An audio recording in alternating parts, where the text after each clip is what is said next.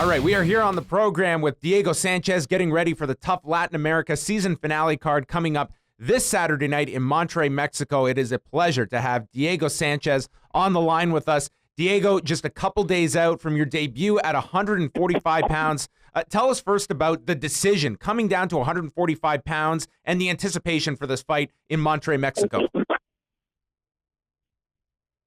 I just got to say it's been a great challenge to get down to 145. First of all, the decision to go down was basically like, all right, have more muscle or have more reach. And I decided I wanted to play with the height and the reach advantage, and I'm excited to do it. It's going to be fun.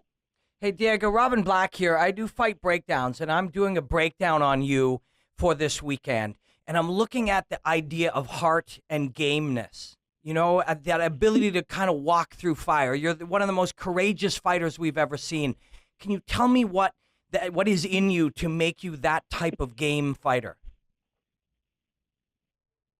You know what? It's just something you either have it or you don't. I believe it's something that I got coming from Albuquerque, coming from the streets of Albuquerque, getting jumped and just made me fearless. And when I'm in there in the cage and I'm fighting, I'm fearless to do what I have to do, and not even if I end up getting cut. I've been cut real bad in some fights, and nobody likes to have their face split open, but it doesn't affect me in a way where I get scared, or it affects me in a way where I kind of just go crazy with it. I don't want to take damage, and that's one of the reasons why I'm dropping down to 145, because I want to take less damage. I want to do more damage, and I feel that in this sport, it really truly has evolved where if you can, strike from further away, you're gonna hit your opponent more and get hit less, and that's the whole point of the game. And so I don't know. I'm just excited to be down at 145. It's a mission. It's a journey. I couldn't do it without the sense of God helping me. But it's just a real journey, and I want to be a part of a legacy. And winning this fight with Ricardo Lamas not only will put me right back to the top of the rankings and being number 4 in the world, it also will put me in a class that's class on myself. Nobody's ever won 4 fights in 4 divisions, and I want to be the first to do it. And Diego, that's always been a trademark of your career, reinventing yourself throughout the past decade where we have seen you in the UFC. It's been 17 months since we saw you when you competed against Ross Pearson. Beyond the weight cut, what other elements can we see differences in Diego Sanchez this time around, and what you have specifically changed about your game? I'll tell you right now, I've grown as a fighter. Just time off, I was able to really evaluate myself and work around my injuries to get better. And right now, I have a lot of time off. So when I started training, I was 5 months out from this fight, and I really put the hard work in the strength and conditioning training camp at Elevate in Albuquerque, New Mexico, where Carlos Condit and Cowboy Cerrone and John Jones, a lot of the top fighters in the world train those strength and conditioning. It's a top-notch facility, and I did 2 months of just straight strength and conditioning, and this was even before I got back into Jackson. And I was able to build what I like to call a foundation of power, strength, explosiveness, and speed that I didn't have before. And with that foundation, I was able to go back into Jackson and truly reinvent myself.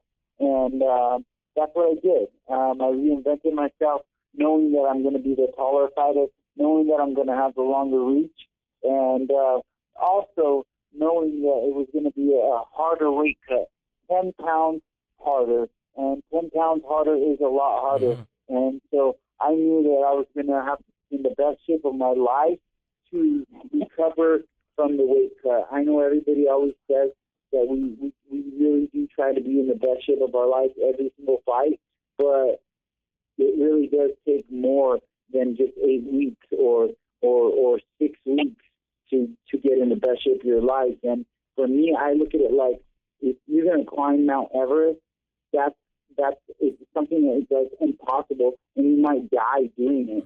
Like, it's so hard. That's what 145 is for me. It's like climbing Mount Everest. I have to train myself 5 months out. I have to prepare myself, building a foundation. That way, when I get out here to Monterrey, look, right now I'm doing good because I've been training at 7,000 feet. I've been running at 7,000 feet. Mm-hmm. Now I'm over here at 1,500 feet, and I'm feeling great. Like, I still have 16, 17 pounds to cut, but the thing is this: I'm ready. I'm prepared. I know that I have to pull the water. I know I've pulled water before. I've pulled 14 pounds in one day, so I know what it's like to pull water, and I know how it's like to recover. And when you're in the best shape of your life, your shape is what carries you over from the weight cut. Because it's what helps you recover from the weight cut. And not with ID or without ID. It's the shape that carries you over. And I'm in the best shape of my life, and I'm ready to shock the world Saturday night. And, coming as a big underdog. And I'm just going in there to put on a great show like I always do. And I feel that Ricardo Lamas is a very predictable fighter. He's going to try to play the kick and move, use his speed in and out, and throw a lot of kicks. But I'm ready to catch kicks. I'm ready to use my pressure. I've fought some of the best in the world. I fought Danish kickboxing champions. I fought legendary VJ10s. I fought some of the best of the best. And I don't think that Ricardo Lamas is going to bring things to the table that I haven't seen before.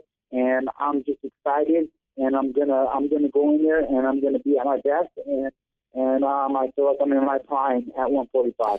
Diego, last question, man, and we're gonna let you go. First off, man, it's an honor every time we watch you fight. It's so you're a very special fighter. It's a very big thrill every time we get to watch you fight. And speaking of shocking the world, how excited were you when Holly got the job done last weekend, brother? Oh, you can see the video of me going crazy. Me and my team. We were hosting a party for her, and along with all of Albuquerque. The thing is this: we weren't shocked. I wasn't shocked. I really missed out on.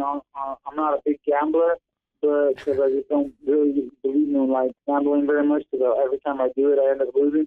But I knew Holly was going to win. She was such an underdog. I should have put some money on her, but I didn't. But yeah, we knew she was going to win because that's one of those things. Like Rhonda, she did a 6-week training camp. I knew Holly was in incredible shape. I seen Holly running 10 miles in the mountains. It's nothing. And Ronda Rousey over there hitting hits with Edmondson and just, doing her normal judo and grappling and wrestling. But, I knew that Holly had the game plan. Holly has the patience. I was hoping Holly would stay away a little more, use her jab a little more. But you know what? Holly wanted to hold her ground, and she hit her with the straight left every time she came inside, and she didn't let Ronda bully her, and she just dominated the fight.